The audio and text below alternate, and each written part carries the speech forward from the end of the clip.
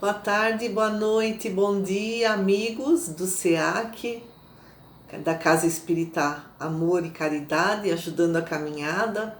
Uma alegria imensa estar aqui. Peço a Deus, a Jesus, que nos abençoe nos nossos entendimentos, nos fortaleça no nosso dia a dia.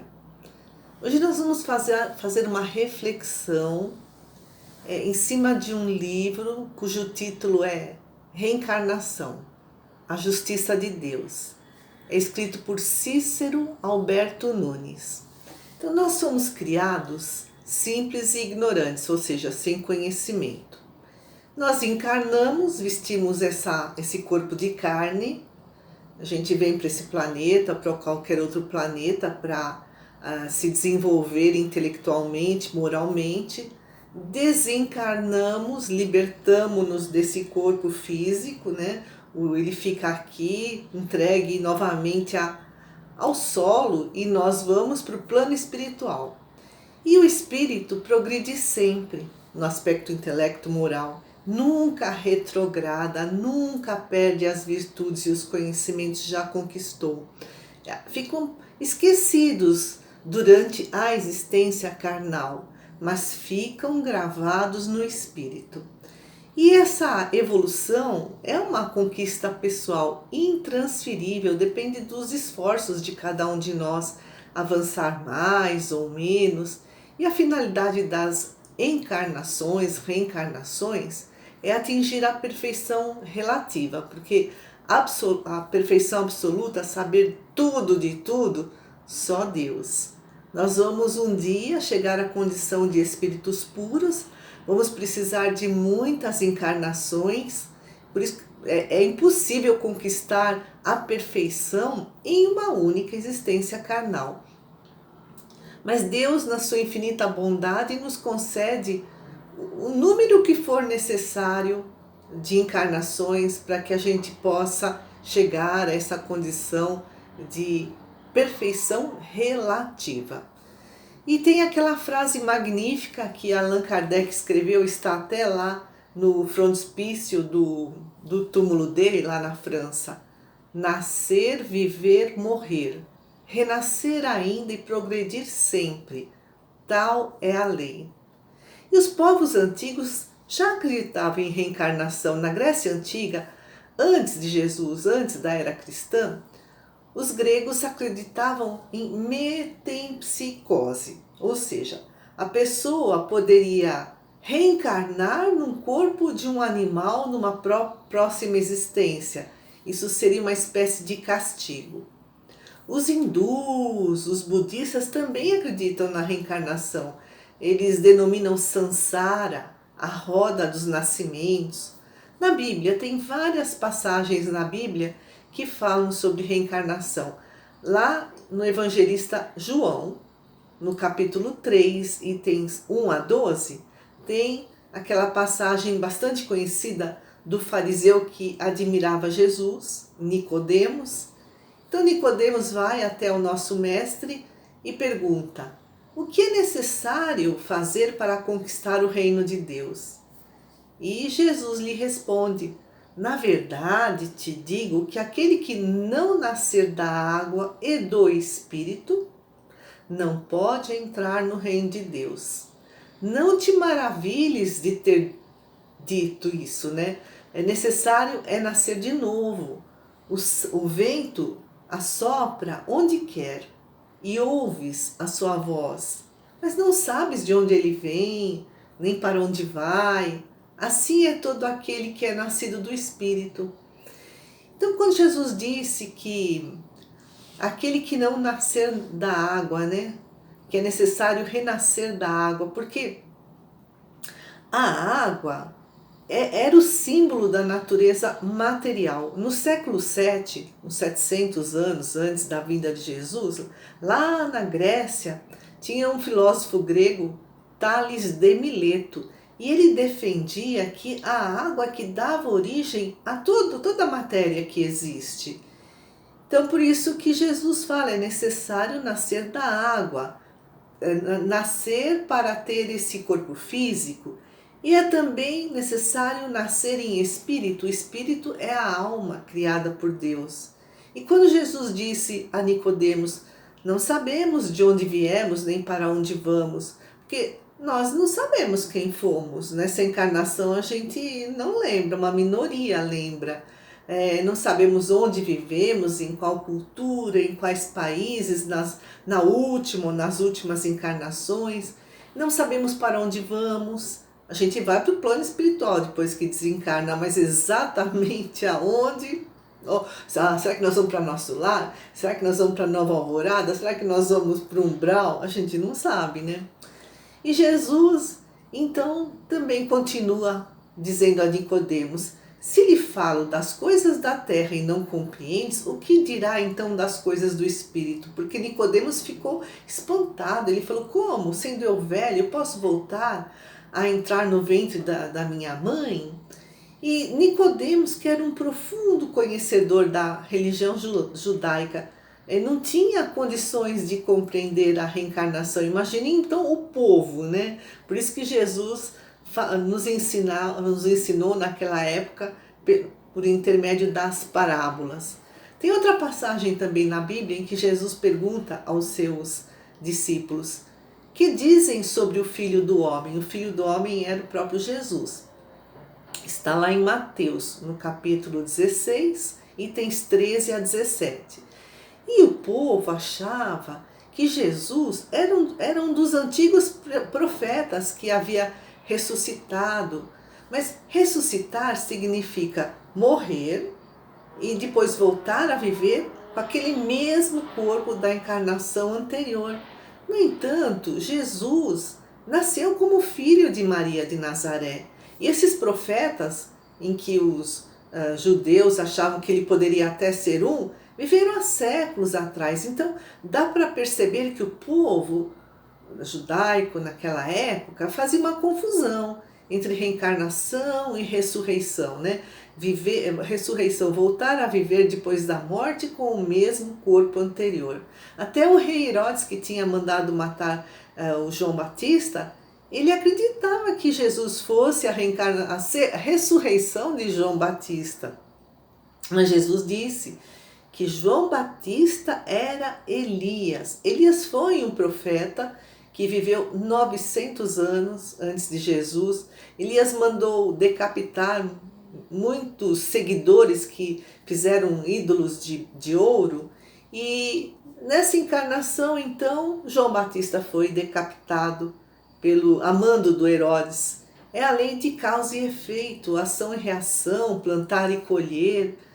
Tem outra passagem também na Bíblia, no Evangelho, que é sobre o cego de nascença. Está lá no João Evangelista, no capítulo 9, itens 1 a 41. E nessa passagem os apóstolos dão mostras que conhecem a reencarnação, mas com limitações, porque eles perguntaram para Jesus, diante daquela criança que era cega, quem havia pecado para que a criança nascesse cega? Ela ou seus pais? Porque essa criança nasceu cega, ela não poderia ter pecado, né, nesta vida. Então eles entendiam que nasceu cega por ter pecado errado em vidas anteriores. E Jesus responde, ninguém havia pecado, nem ela, nem os pais, mas a criança nasceu cega para que se manifestasse nela a obra de Deus. Ou seja, Jesus teve a oportunidade de curá-la. Ela aceitou essa criança, essa provação. Ela nem estava quitando débitos do passado, mas ela veio nessa limitação, uma prova para poder evoluir um pouco mais. E a doutrina espírita? A doutrina espírita nos ajuda a entender melhor o que Jesus falou sobre a reencarnação. Lá no Livro dos Espíritos, na questão 167, Allan Kardec pergunta, qual o objetivo da reencarnação? E a espiritualidade responde, expiação, prova, melhoramento progressivo da humanidade. Sem isso, onde estaria a justiça? Porque uns nascem pobres, doentes, vivem poucos. pouco tempo, né? Outros nascem ricos, saudáveis, vivem muito. E também tem aquela questão que algumas pessoas acreditam no inferno com fogo eterno, que então a pessoa vai para uma punição eterna, vai queimar no fogo do inferno por toda a eternidade. Mas, se a gente não acreditar na reencarnação, né, seria assim, como inconcebível a existência de um Deus presidindo com amor, com sabedoria, com justiça as leis do universo. Essa questão do inferno, né, é muito injusto as pessoas acreditarem nisso, porque a pessoa erra por alguns poucos anos aqui nessa existência, 10, 20, 30, 50, 100 anos de erros, e aí ela vai, né, ter um castigo eterno. Deus seria muito injusto.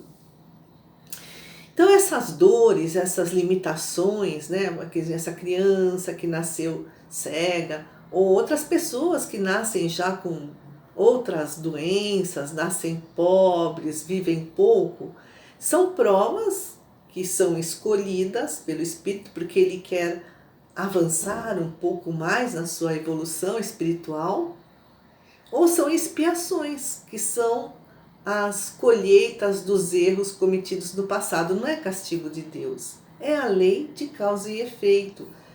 Jesus até cita a lei de causa e efeito, porque quando Jesus estava lá no Horto das Oliveiras, e vieram soldados, e o Judas lhe deu um beijo no rosto, para que os soldados identificassem Jesus, e Jesus ia ser levado preso para ser condenado, o Pedro, né, pegou uma espada de um outro soldado e feriu um desses soldados com a espada.